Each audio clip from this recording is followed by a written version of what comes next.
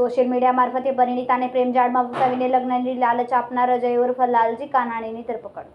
સુરત શહેરના સરથાણા વિસ્તારમાં social media મારફતે પરિણીત મહિલાને પ્રેમજાળમાં ફસાવીને 3 વર્ષ સુધી શારીરિક સંબંધ બાંધનાર અને લગ્નની લાલચ આપ્યા બાદ તરછોડી દેનાર લાલજી ઉર્ફ અજય કાનાણી સામે બળાત્કારનો ગુનો નોંધાયો છે. મળતી માહિતી મુજબ અજય કાનાણીએ સોશિયલ મીડિયા દ્વારા પરિણીત મહિલાની સાથે મિત્રતા કેળવી હતી.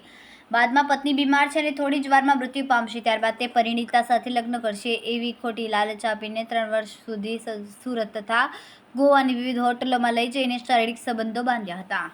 પછી અજયે પરિણીતાને કહ્યું કે જો તે પતિને છૂટાછેડા આપશે તો જ લગ્ન કરશે. મહિલાએ તેના શબ્દોમાં આવીને પોતાના પતિને છૂટાછેડા આપ્યા બાદ 1 વર્ષ સુધી અજય સાથે રહી હતી, પરંતુ બાદમાં અજય ઉર્ફ લાલજીએ લગ્ન કરવાનો ઇનકાર કર્યો.